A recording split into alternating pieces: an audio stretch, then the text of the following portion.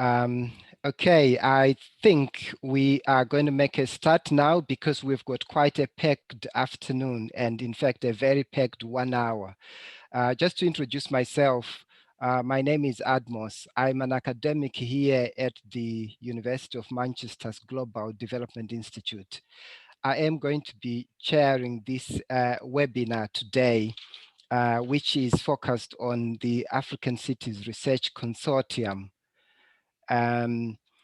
We are going to be discussing how the Africa Cities Research Consortium and its international partners is planning to tackle the complex political, systemic problems in some of Africa's growing urban areas. And your presence here this afternoon will help us to deepen our understanding of the things that we are hoping to investigate. It's great to see so many of you here today for this introduction.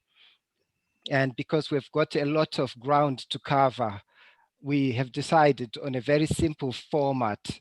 We're going to start things off shortly with a presentation from the Africa Cities CEO, who is Professor Diana Mitlin, after which we also have inputs on research and uptake from Professor Sam Hickey, who is also from the Global Development Institute, and Martin Atela, who is the research program manager at the Partnership for Action for African Social and Governance Research based in Nairobi. After that, we will open the discussion up for a question and answer session. So if you have any questions, I'm going to ask you this afternoon to put them in the chat because there's so many of you and it's often that very few will get to speak. But if we have got the questions in the chat, we can capture those. And I will endeavor in my role as a chair to make sure that any questions you put in the chat, we'll put them to the panel afterwards. There is a lot of people on the webinar. So I would like to ask you to please mute yourself as we are just about to start. That helps us a great deal because then there is not that feedback which can disturb the flow of the discussions. Just to let you know as well that we will be recording proceedings and we will make the video available afterwards for all those people who have not been able to attend this afternoon because of other commitments that they might have or because there are technical challenges. So this will be available.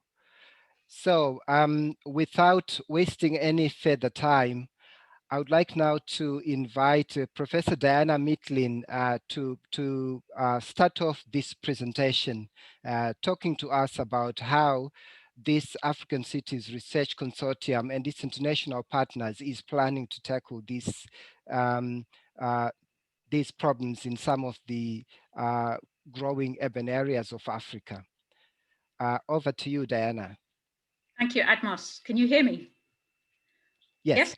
Okay, perfect. So thank you, Admos, and thank you, audience.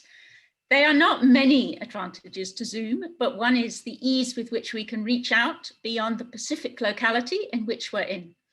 Another is very much the chat function. We can pick up, as Admos has already said, the issues that are of concern to you, and also anything that you think, any answers. We're interested in your answers, not just your issues.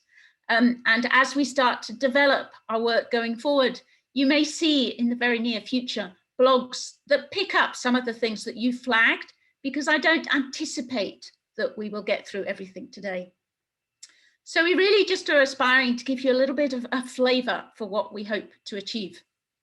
I'm going to talk a little bit about urban challenges.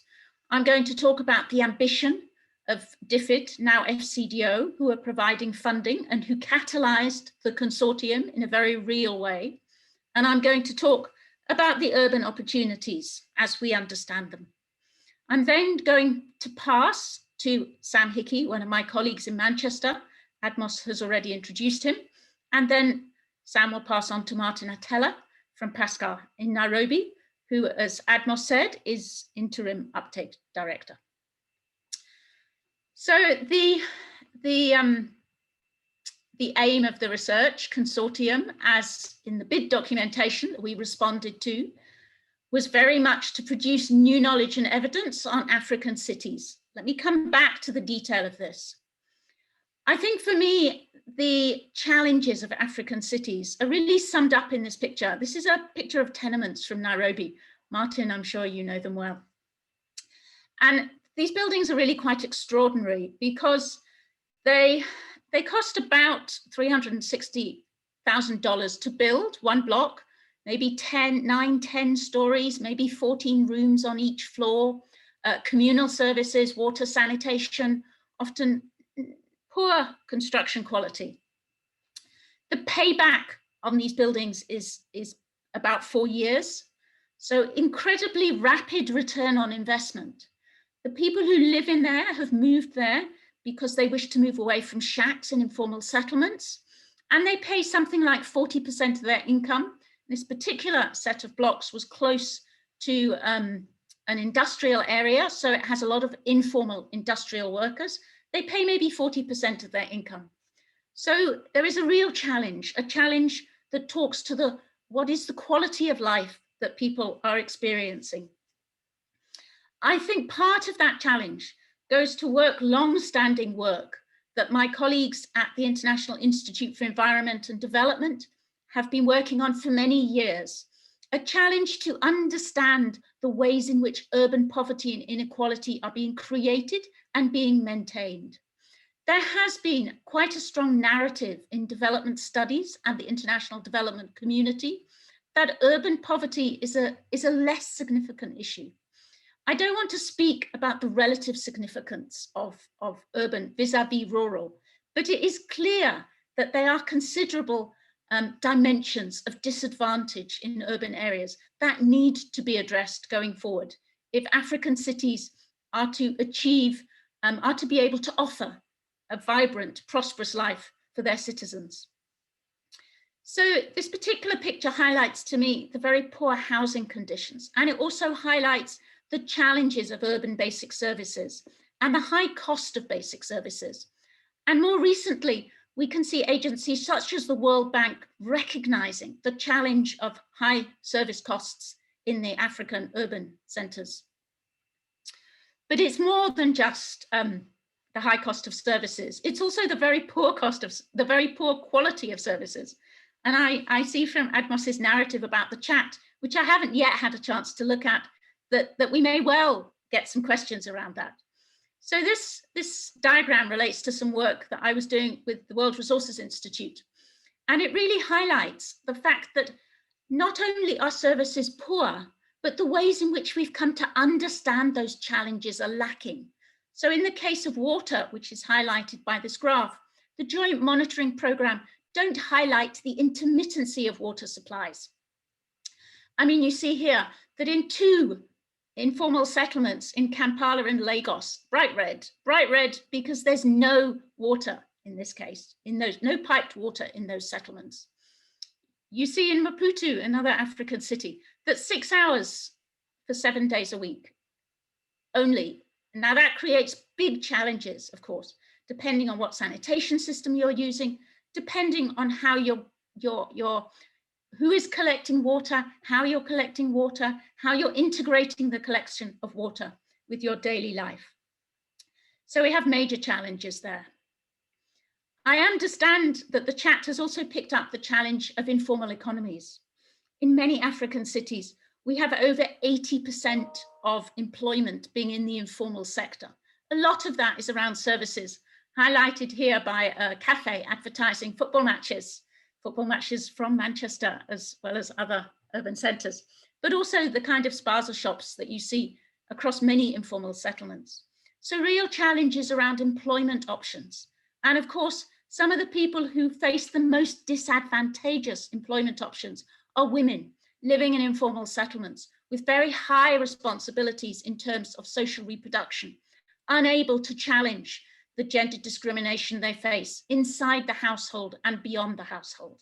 So big challenges around the informal sector, and already a recognition in the literature that one of the challenges is the very weak links between a very small formal sector and an informal sector. So the kind of triggers that have been important in the Asian context are not present in the context of Africa. I think one of the other challenges that we will reflect on, I'll say a little bit more about this when I mention our cities, is the challenge of fragility, risk, and vulnerability. This is a picture from Dar es Salaam. It's a few years old now. I think it was taken in 2015. And it shows a woman explaining to me about the recent history of eviction they'd faced. So we recognize the need to reflect on future of cities, on the development trajectories of cities already in fragile and conflict affected states, who in many cases have large numbers of citizens who've been displaced from war.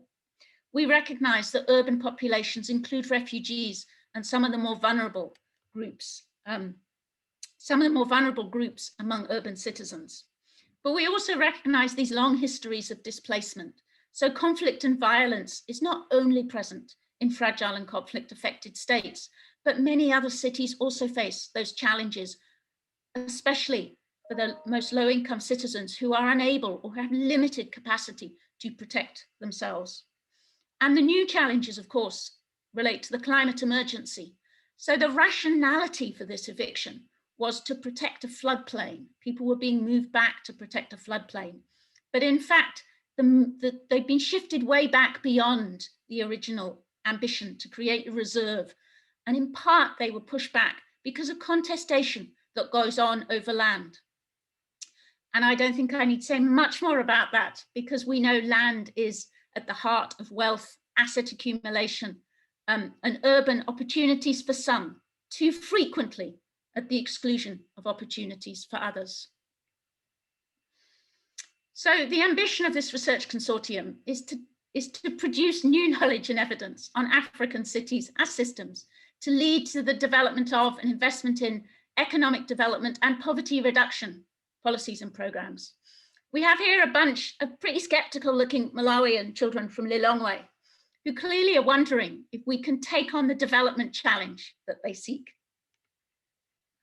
In order to address this challenge, and I think for me, the objective that I've just read out really reflects FCDO's belief that there is a better way of doing urban development. Its ambition to really craft that way, an ambition that I think we at the Global Development Institute and the partners who joined with us recognized was very timely. So I just want to spend a little bit of time talking about the partnerships that we've got and the cities in which we'll work. And then I just want to end, before I pass on to Sam, to talk about the research strategy with a reflection on COVID. So we've brought together a consortium of agencies that we believe can begin to take on some of these challenges. So we have colleagues from the University of Manchester, and particularly the Global Development Institute, and a research centre that is focused on political settlements and using the framework of political settlements to understand the ways in which elites behave, the developmental ambitions they have and those they don't have. And we're joined particularly in our academic knowledge by UNU Wider, who add economic expertise, and the Liverpool School of Tropical Medicine. We've really addressed the need to be very practical, to think about shifting from the academic discourse and research methodologies into policy by drawing in expertise from IIED, from ODI, the Overseas Development Institute, and PASCAL, the Partnership for African Social and Governance Research. And we are trying to be very grounded in the work that we do to make sure that we don't lose sight of the fact that research is not only about pushing forward the frontier of knowledge, but doing that in a way that makes a real difference on the ground. So we're joined by Shack Slum Dwellers International, by ICLEI's Africa office, and by the International Rescue Committee.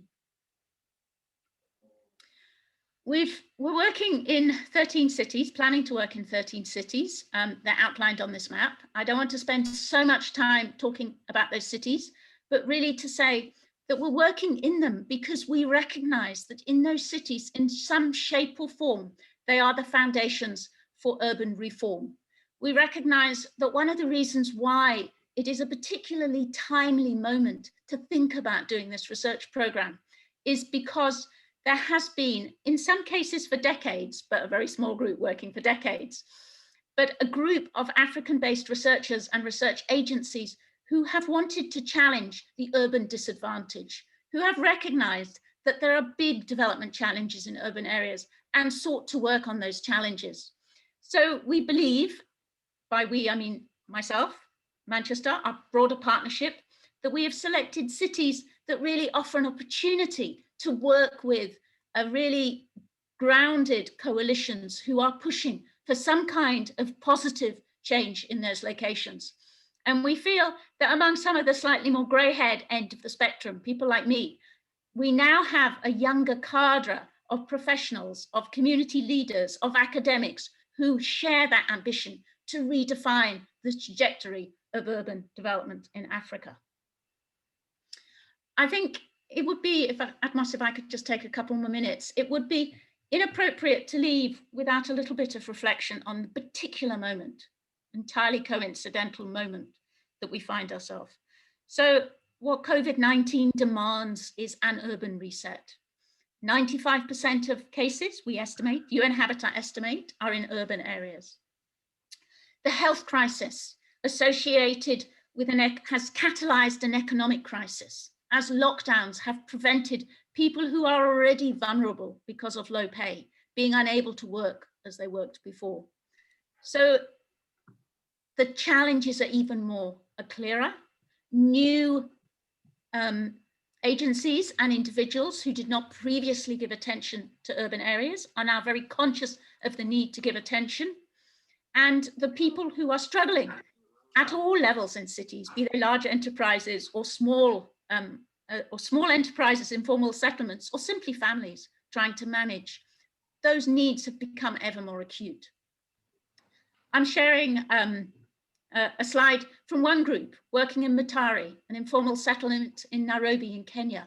And it gives a little bit of the flavor of what organized citizens have been able to do, to come together, to document the situation they face, to identify with local government safe isolation places, and to begin to think about how to build out of that vulnerability to a more secure place with, we hope, lessons for a much broader set of catalytic urban reform. So I'm going to stop now, having given you hopefully a little bit of a flavor for what we hope to do, and pass over to Sam Hickey. Sam. Thanks a lot, Diana. I wasn't sure what it meant to be Diana's deputy when taking on this role, but it seems now that Diana gets all the great big picture stuff and I get to bore people with the concepts on it. So with due apologies for this, this is the way in which we're going to try and generate new and we hope compelling insights into the types of problems that you've identified in the chat. And to start to identify ways of working on them that are informed by political economy analysis, which underpins this framework. So there's three broad aspects to our conceptual framework, one of which is around power and its interplay with institutions at the national and city level. The second of which is around systems. Many of you in the chat have drawn attention to the failure of these systems to adequately deliver goods and services. And we think all of this comes to life. The politics and the developmental prospects for African cities really comes to life within what we're calling domains. And what I want to do is to run you through each of these different levels of the framework and suggest how they might interact. And while also recognising that there's a lot that matters for African cities that falls outside of this framework. We know that African cities are embedded within transnational contexts that involve forms of geoeconomics and geopolitics, that they're affected by shocks, whether environmental, economic or health, as Diana has just pointed out. But what we're hypothesising is that these things become real when they're fed through patterns of power relations within national, city and local level political settlements. And that's the way in which we will explore those broader factors. So it's a new framework, but as Diane has pointed out, we have used some of these concepts before within the Effective States and Inclusive Development Research Centre. So we have some confidence that the political settlement and domains can give us some traction here. So what do we mean by some of these terms? So by national political settlements, we're referring to a concept which goes beyond the formal institutions of governance, and it helps us to understand the forms of power relations that determines whether or not these institutions work, or the ways in which they function and for which groups they function effectively for. Political settlements can be defined by our research director Tim Kelsall as an agreement or common understanding amongst powerful groups about the basic rules of the game. And once these basic rules of the game provide minimally acceptable benefits to elites, then you can prevent a fall into conflict or disorder. So it's a concept that has a traction in relation to both conflict and political order. And we have cases in our in the centre that will be unsettled, such as Somalia, and the lack of safety and security in cities like Mogadishu reflects the lack of a settlement. But we know that elsewhere we'll still find violence, and sometimes that's due to the enforcement of the settlement in places like Nairobi, where the lack of security is directly linked to the establishment of broader political orders. We think that a couple of things matter in particular about political settlements. We want to identify how concentrated power is around a political leadership. That can tell us whether there's a long-term vision, whether governing coalitions are capable or not of delivering on their commitments. We want to understand the social foundations of political settlements. Which groups really matter? The social identity of groups around race, ethnicity, gender, class, and income. Which groups are organised and powerful enough that ruling groups need to respond to them and shapes their incentives to respond. And we think cities are going to be really important to understand how political settlements function. They play particular roles within maintaining political settlements. They're central to the strategies of political survival and elite accumulation of ruling elites. In terms of accumulation, for example, rent generation around land speculation. And in terms of political survival, cities are key to delivering votes and legitimacy for ruling coalitions. Central often in terms of having large oppositional groups, as we've seen recently in Kampala, Addis and other cities within our centre. But we don't think it's all about incentives. We think that ideas will also matter. In the chat, someone said the power of westernized ideas around cities and modernity. And we think this, we've seen this in play very powerfully, that the ideas which underpin the rules of the game often position African cities on an unrealistic trajectory of modernity, often in ways that are entwined with interests, as we've seen around mega infrastructure investments to achieve Dubai-like status. So the national political settlement really matter, but we also recognise that cities have their own logics, their own balance of power that we'll need to recognise in terms of how cities are governed, the role of municipal authorities and sub-city authorities, and the relationship between city government and national government. And we'll also need to understand the social foundation of power within cities, around which groups have power, whether or not groups from informal settlements, women's groups, low-income groups are able to mobilise and make themselves relevant to those in power will matter here. And we'll also be bringing into play some of the literature on the everyday politics of urban life in sub-Saharan Africa to make sure we can join up our higher level elite analysis with what's happening on the ground. That's the sort of political economy aspects to it. We also look at city as systems, and these are the vertical boxes you can see going down your screen with names like water, land, transport, energy. Now in the urban studies literature, the term city as systems has usually been used to frame cities as complex, integrated human-dominated systems with metabolic properties based on stocks and flows, which enable economic activity and social reproduction. And we do want to maintain the significance of the materiality of cities to our analysis, but we want to add to that the importance of social and economic systems as well, and non-material as well as material flows of services and goods. So we'll be looking at health and education as well as things like energy, water and sanitation. And we don't see these as given systems, as technocratic entities, but rather as being highly politically determined and contested, shaped by particular histories, colonialism being the obvious one in terms of the type of spatial planning, for example, that exists in cities like Dar and Harare, and also particular geographies. Our aim here is not to produce in-depth studies of particular systems, but rather to look at them as being related to the wider political settlements. And we'll be particularly interested in how multiple systems come together and how systems failures across multiple systems create particular problems in what we're calling domains. So domains are our third elements, and this is to help us get beyond the problem of thinking about African cities in a very sectoral way, which has limited greatly the relevance of the responses that have been made to urban development challenges in Africa and more broadly.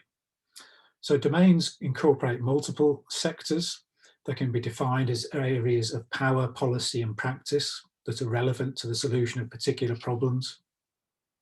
And they're constituted by actors, political, bureaucratic, private, professional, popular actors that seek to claim authority and rights over a particular field, which could be housing or land or informal settlement upgrading. And they adopt various strategies to ensure that their ideas around governance and how resource allocation should take place within the sector, how rights should be allocated, predominates by forming epistemic communities, by undertaking active programs of direct activism and programs of policy reform. And these domains are highly politicized, both for the reasons I've identified, but also because they again play roles in sustaining particular political settlements. Some of these will deliver rents to ruling elites at city level, others will deliver legitimacy. And we've seen city authorities engage in programs of, for example, Eob Gebramariam's work in Addis Ababa has shown how youth groups who can potentially destabilize political settlements have become new domains of activity around distribution of handouts, and employment schemes have been geared around solving particular or attempting to solve particular political problems.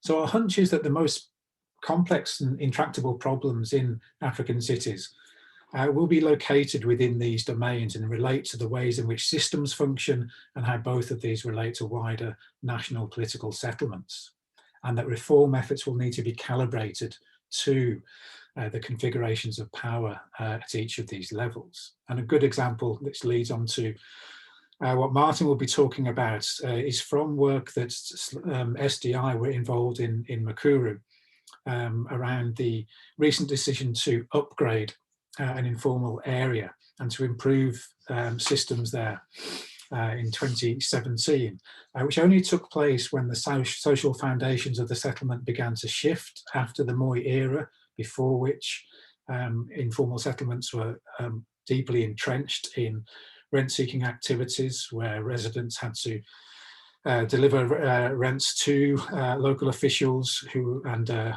slumland was gifted to powerful clients of the ruling coalition.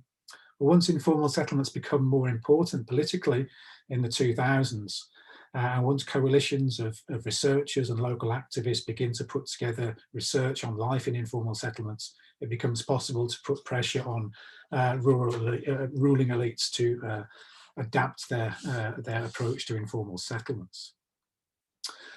So moving on to what this means in terms of how we will move forward with the next slide. I think that's you, Diana. And building up to Martin's input. So we're in stage one. We have 3 stages to our work. And in the inception phase, which has been going on since October, we've been trying to put the conceptual framework and the broader partnership together. We hope that from April we'll move into phase 2, and we will operationalise the framework in all 13 cities with a view to offering a deeper understanding of complex problems and identifying priority problems to work on in the third phase. And the third phase is where ACRC becomes a very different type of research centre to ones we've previously been involved in at Manchester, I think. We'll narrow down the range of cities to between 5 and 8. And we will undertake in-depth action research with a view to not just identifying solutions, but actively formulating and working with other actors to try and push towards their implementation, particularly drawing on SDI's theory of change. And we will have Beth Chiketwe-Beatty working with us as the implementation director throughout this phase, and drawing on SDI's knowledge of how reform coalitions can be built and enabled at city level, alongside an ongoing programme of uptake that Martin can now talk us through.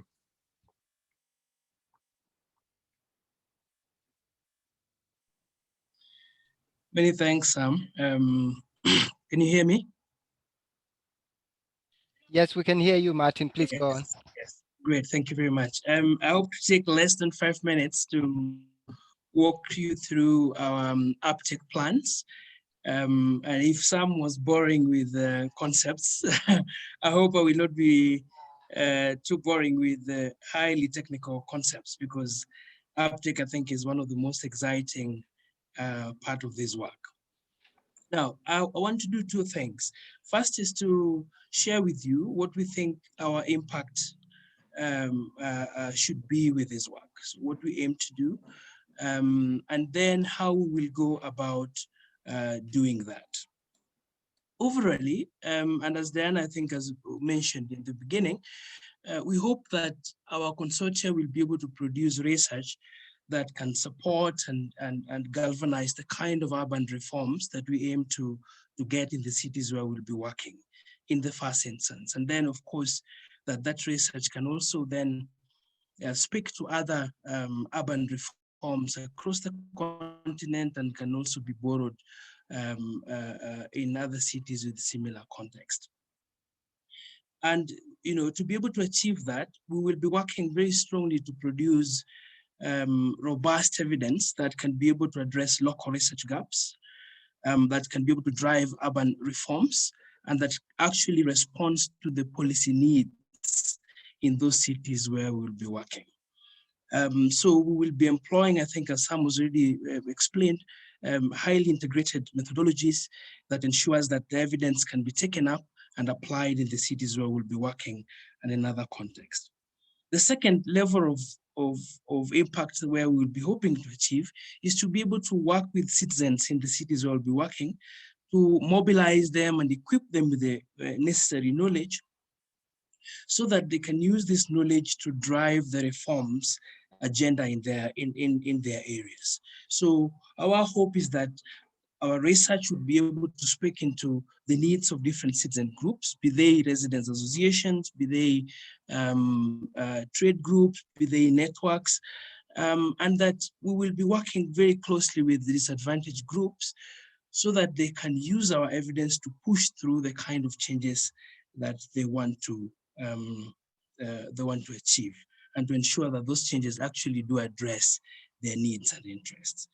And the third point that we aim to achieve in the level of impact is to live across the continent reform coalitions that are well and better capacitated, and that are able to, you know, organize and in a better way engage with the different professional agencies and government bodies to be able to address urban urban reform issues in their cities. So we'll be working closely with already existing coalitions, and in places where there is opportunity to be able to create new coalitions that can drive this agenda forward. Ultimately, we hope that by bringing in state agencies and government units or city structures that govern the cities where we'll be working, we will enable those cities to grow their capacity, to enhance their capacity to drive the reform agendas in their cities. How will we do this? How will we achieve this kind of impact? I think the first point, Diane already really emphasized this, that the consortia brings together, organizations that have huge experience, both academic and policy, in terms of working with individuals and in terms of working in cities to address already existing problems. So we think that the way the consortium is structured will allow us to generate the kind of robust evidence needed to address this, but also will tap into the kind of experience that organizations that are already working in these cities bring on board. Beyond the consortium, we will be putting together what I may call a multi-level engagement mechanism that starts with the cities where we will be working. So within the cities where we'll be working, we'll put together engagement structures that ensures that the interests, the research needs, and the policy needs of the different stakeholders at the city level are addressed and are taken into consideration to the level possible during our research. And beyond the cities, we hope that we can then build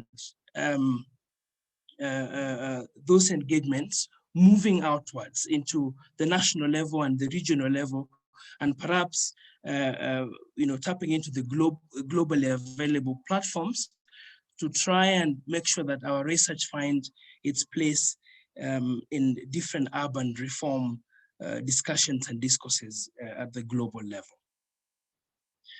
The objective of doing this, of providing that multi-level engagement structure, is to be able to see that the knowledge that is generated and the experience of the different groups we'll be working with can actually drive the reforms that we want to see. So in these different cities, as I've already said, we'll be working with community organizations, we'll be tapping into the professional associations, and we will be tapping into political leadership, just to make sure that their contribution actually counts. And I think Sam already gave a good example of the work that SDI is doing in Kenya by putting together what they call a special planning in the Mkuru slum, which is one of the biggest slums here in Nairobi. And I think the key thing about the experience SDI or Pascal will be bringing into this is that innovative, flexible approach that ensures that vulnerable groups and community members are part and parcel of the process of reforms and research that we will be doing. And then finally, we will be translating the evidence that we'll be getting into formats that policymakers can be able to use. So across the board, we'll be targeting, for instance, academic journals that are high quality, but also those that address practical issues. So what I may call academic journals, where practitioners and researchers come together to not only use robust methodologies, but also to bring in experiences from practitioners on the ground. And once we've achieved that, then we will be putting together a communication platform that includes a website. Then you can flip into the next slide. A website that different people can have access to the resources and the research that the consortium will be able to produce. And as you can see on that website, you can hook on onto our Twitter handle, African Cities, the lower iPhone, I think. And also you can be able to reach us through the different platforms that will be made available. So we hope that, this is the beginning of eliciting interest, so that by joining this conversation, you are able to, look forward to the different products that will be coming, and then the engagement process can continue into the future. I believe Chris has put a link to the different communication channels in the chat box. Thank you, Admos. realized I was muted there. So yeah, I just wanted to thank our presenters, Diana, Sam, and Martin, for walking us through what this research consortium is trying to do. If you want to an easier way of looking at it, you might say Diana told us what they are trying to do. Sam told us how they're going to do it. And Martin has just told us how will we know that this knowledge generated is going to be used to change people's lives in Africa. So thank you for walking us through that. We would like to move straight into the questions. As I said early on, it's preferable if you could type your questions in, but we also welcome people because we would like to hear your voices as well. So where possible, we're going to try and do both. Take the questions when we can see your hand, but also mainly work from the chat. I'm gonna maybe ask 3 questions at a time, so to the panel, and do bear with me. And I hope you can remember the questions, but you can also look in the chat.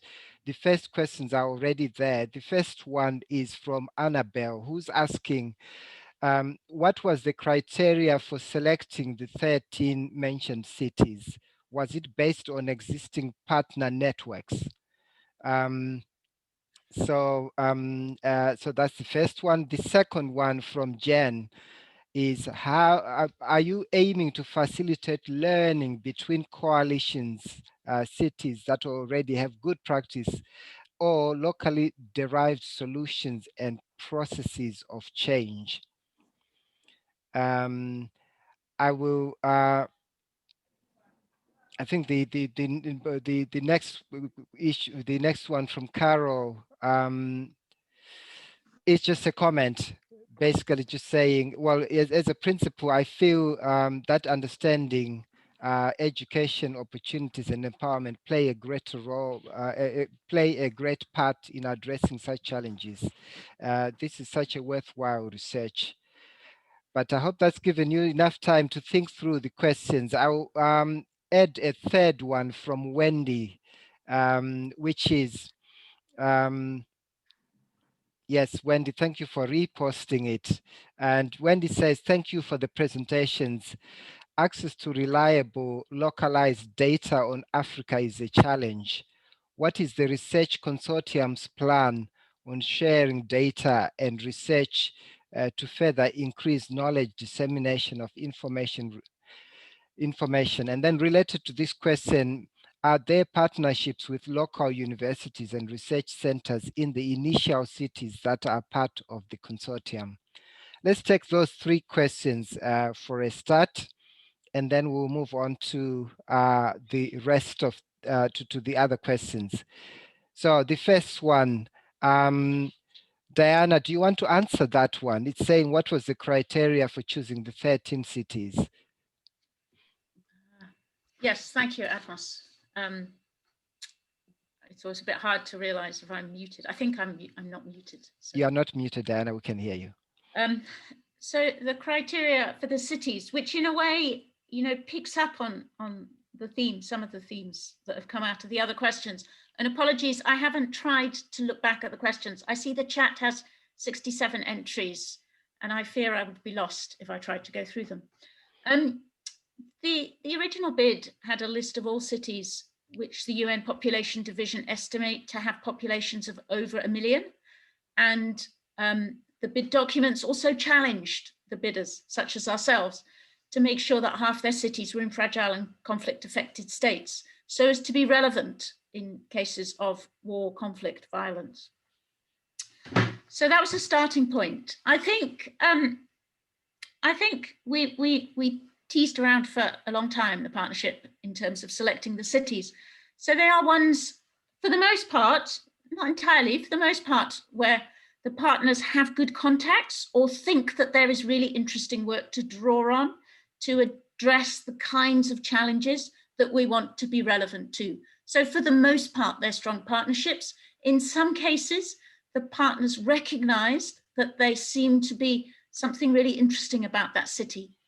There are, of course, way more than 13 cities with interesting stuff going on in Africa. Really, we are not trying to say that in any sense. We wanted to pick those where we felt that there was a level of interest around thinking about urban problems politically, about thinking about urban solutions in a way that was integrated, and about recognizing that advancing knowledge that was relevant would include both the best academic thinking, but also new professional practices, engagements with organized communities, reaching out to a wide range of citizens, stakeholders who wanted something better. So we saw these cities as cities which had some of that potential. We absolutely, I'm sure, will find in maybe 3-4 years, we'll be kicking ourselves because we missed out on a city where there is really interesting stuff going on. But we did the best that we could. I would just maybe make a couple of other comments that seem to me to relate also to that choice of cities.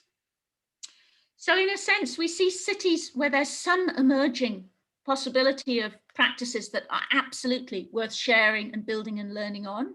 And we see those practices as partly, at least partly, embedded in local processes of change. So I think in terms of, I think Jen's question, we saw both things as important.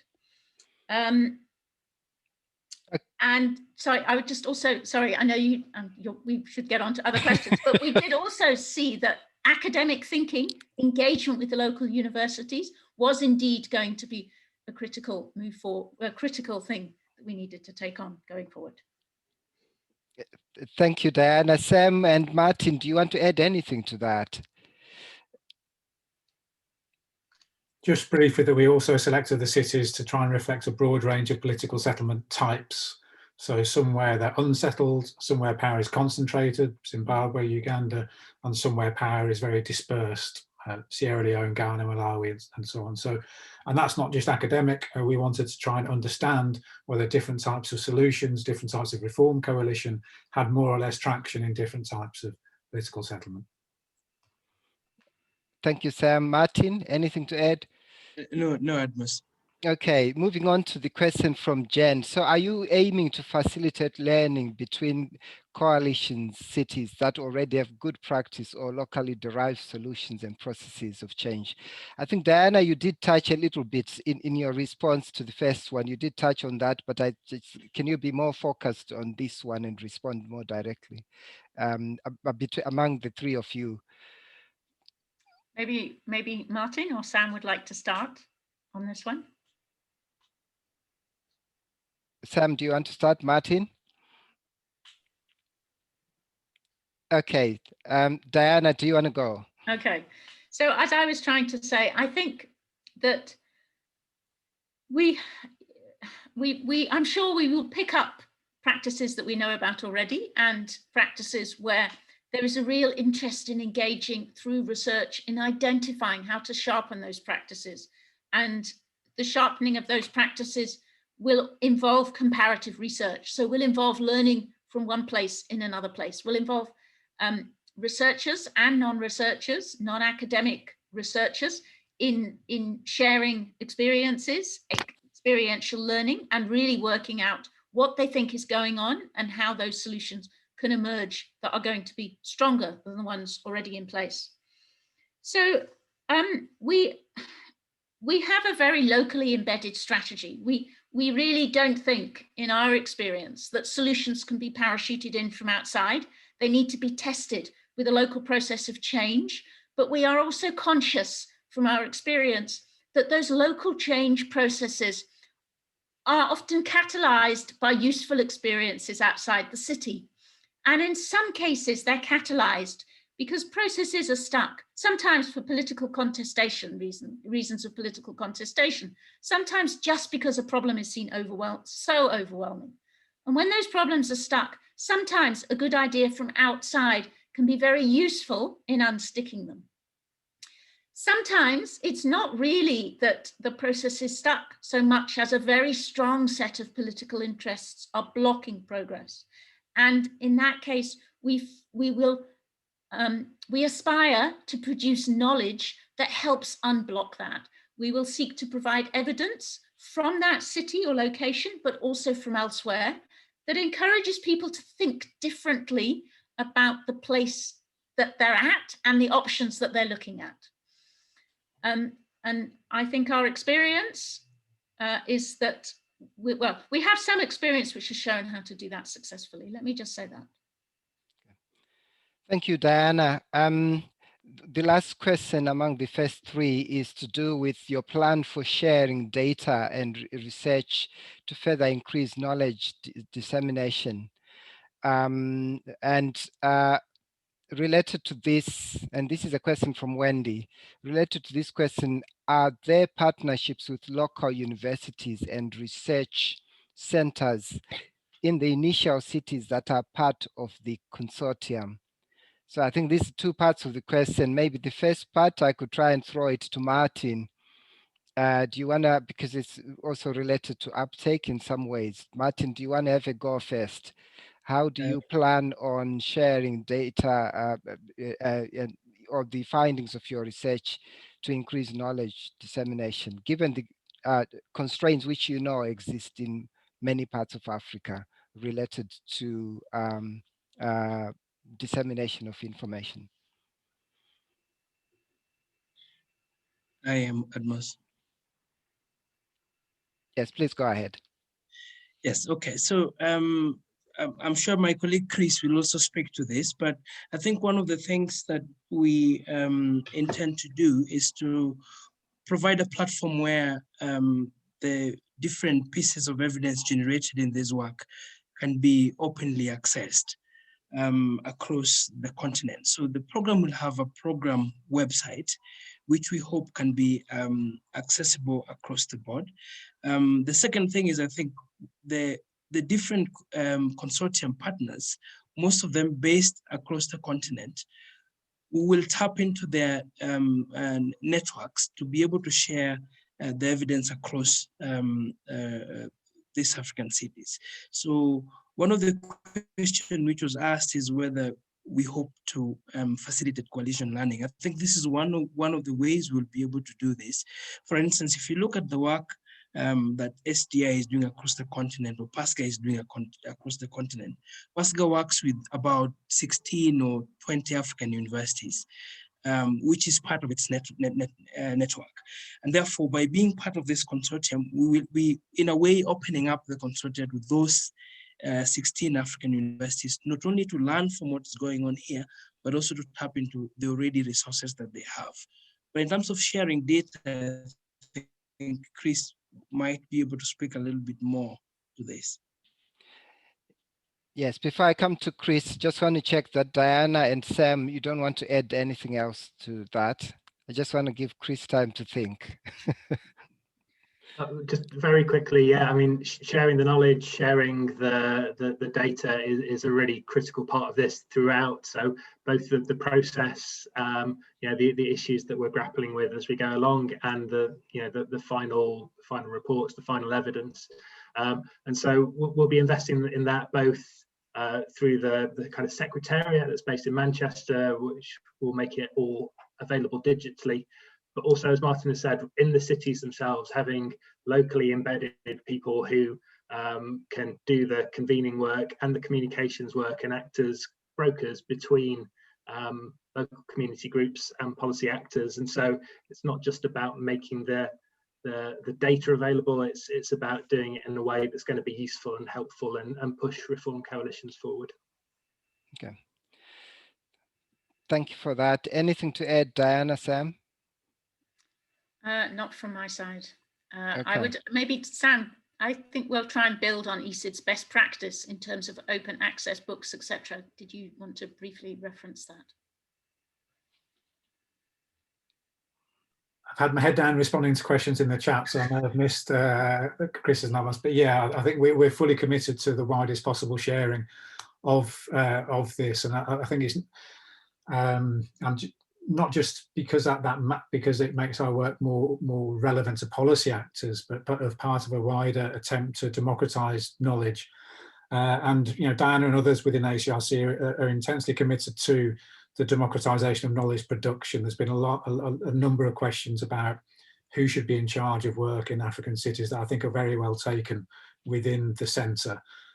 We got the money because of the ways in which development research funding operates, but we very much hope to use ACRC as a means of handing over to the next generation of urban researchers who are obviously based in African cities. So we do see that as being fundamental to our agenda, to go back to a couple of questions in the chat and that have come up. Okay, thank you, Sam, for that. I see we've got quite a lot of questions here, some which are related, but there's one which is a clarification. How do you plan on whittling down the cities from 13 to 8? Should I have a go at that one? We are aware it's going to be intensely political because so we plan to develop the criteria that we will use at an early stage. So we have agreement on the criteria to use. The challenge is to identify cities in which we can really get an interest among the city and potentially national elites. I mean, Sam particularly talked a bit about how we recognize the significance of national elites. So we need to get those guys to buy into the reforms which people who are more disadvantaged and those concerned about economic opportunities that they have been excluded from advancing, those reforms that we want to push forward. So it will be, I think, almost certainly tricky. I think the advantage still of working with a reasonably large number is that we won't be hostage to any one of those locations, but we can really work with emerging with groups that in most cases are already established and those that we've been able to successfully strengthen, who can manage to negotiate a way through local obstacles to demonstrate new ways of doing things. So we recognize the challenges and that's how we're going to try and crack it. Yes, and there's a question here which is it's almost like a running theme now. You've chosen these large cities which you think are more interesting in your words, but some people, there's questions here about there's also a lot of smaller cities which also have got common problems but are also quite interesting, and you're being challenged there to think outside the box and see value in studying those as well in future. Maybe shall I jump in on that one? Yeah. I mean, Admos is smiling because it's a long-standing point of discussion between Admos and myself. So we recognize that there are many, many smaller cities. We recognize that there are big urban needs in secondary and tertiary cities. We have picked some of our 13 cities that are a little bit smaller than others, but they are all major conurbations. We recognize that.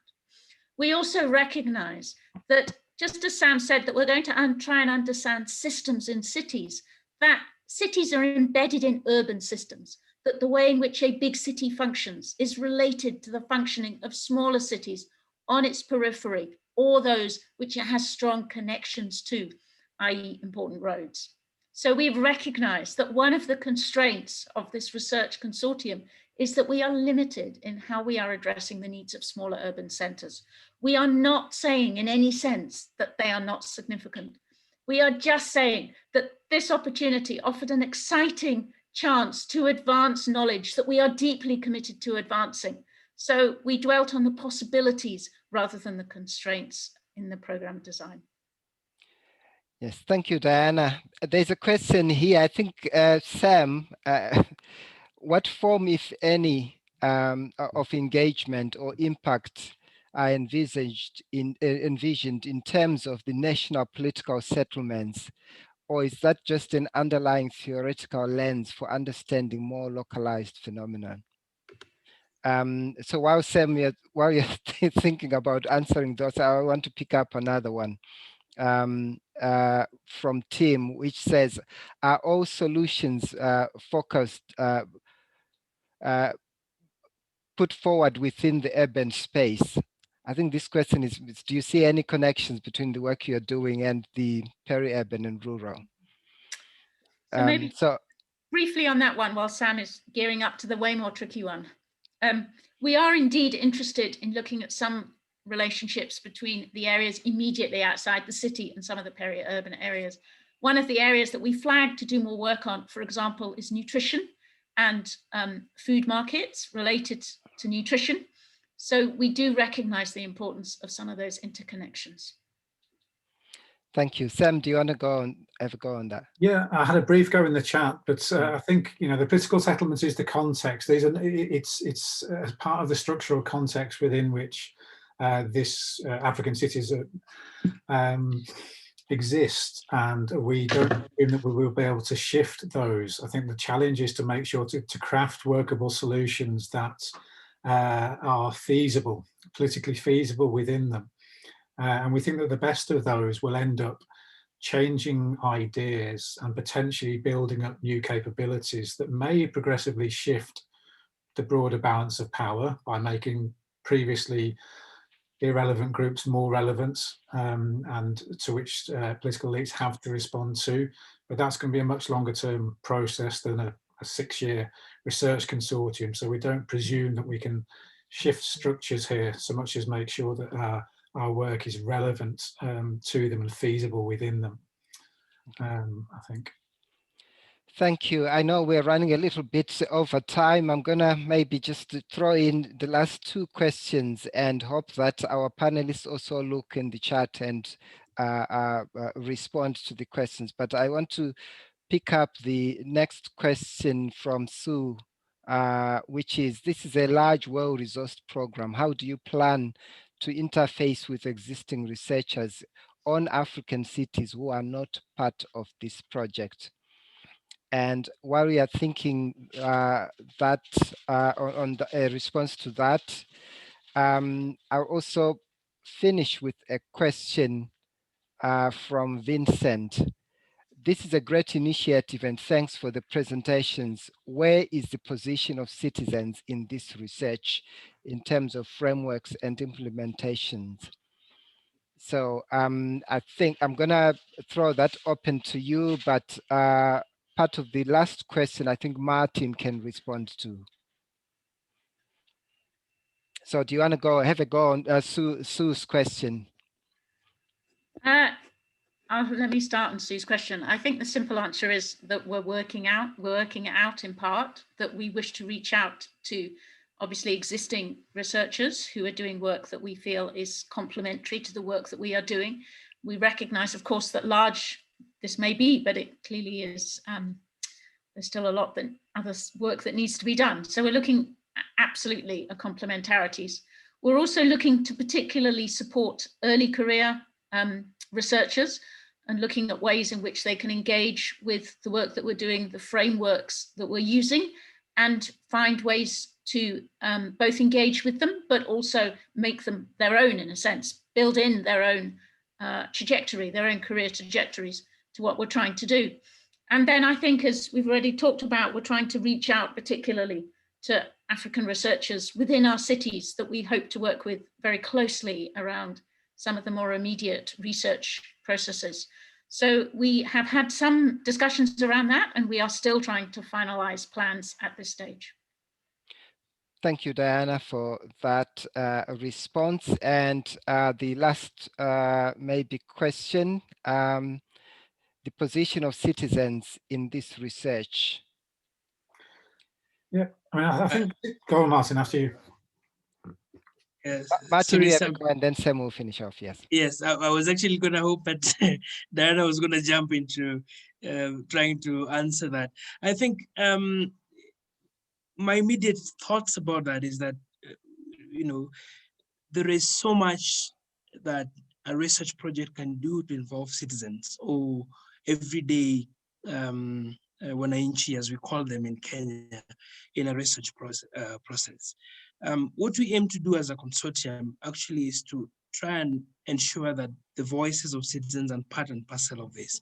And so the kind of methodologies I think that we'll be adopting will be such that the citizens are accompanying the research, if I may use that word, rather than being sources of just the evidence. Now, in the engagement processes, we hope to be able to use various mechanisms and approaches that allows the citizens to, you know, to actually contribute to the research process. And it's our hope that by doing that, they will be able to start using the evidence generated in our research to begin building the kind of reforms that we hope to achieve. But that said, I think I have to emphasize that already some of the organizations we'll be working with who are part of the consortia are already engaging citizens directly in their work. And therefore, we hope that those platforms will be enhanced in the process. Thank you. Sam, do you want to add that? And then we'll probably finish off with Diana, some last words from you. Just briefly, in terms of implementation, I think our intention of working with reform coalitions, which would play a strong role for citizen-led organisations, is really key, particularly to phase 3. In terms of the frameworks, I think what a political settlements analysis does is maybe get us a little bit beyond the slightly romantic sense that urban citizens can solve all problems by themselves, and links up citizens to other forms of political subjectivity in terms of often being treated as clients, and also to broader strategies of elite accumulation and survival, which actually make it very difficult to enact autonomous forms of citizenship. And so we put that somewhat hopeful world, if you like, of social movement activism into play with a somewhat more realist frame of analysis. And we hope that both benefit from that. But I think it's a really good question, and it's that's how we're starting off. Where we land, we'll have to see. Yes, thank you, Sam. And Diana, and then we'll wrap things up. So I feel I should have thought, Admos, about some final words that would close it down. And I haven't thought about them, so this is a bit ad hoc. I really want to thank you all for your engagement. We will look back at the chat. I am, Sam, filled with your admiration from your ability to answer, chat and participate in the discussion. I saw myself as being skilled in multitasking, but I haven't even attempted that. I would like, I think, to reflect perhaps on the challenge that we face. So I started by talking a little bit about the opportunity that we saw. And I think Sam and Martin gave substance to the opportunity that I framed. I think we're very aware that, you know, considerable skills, capabilities, great minds have already thought about the challenges that we aspire to work on. And we have got to be modest because we recognize that they are not easy challenges. What we will really do along the lines that we've outlined is try and push forward the frontiers of knowledge, sharing whatever we do, both because we believe in the democratization of knowledge, but also because we are seeking to lay foundations for an emerging generation of scholars and non-academic scholars, knowledge generators that we feel will be in a good position to take forward our work and develop new trajectories of development in urban Africa.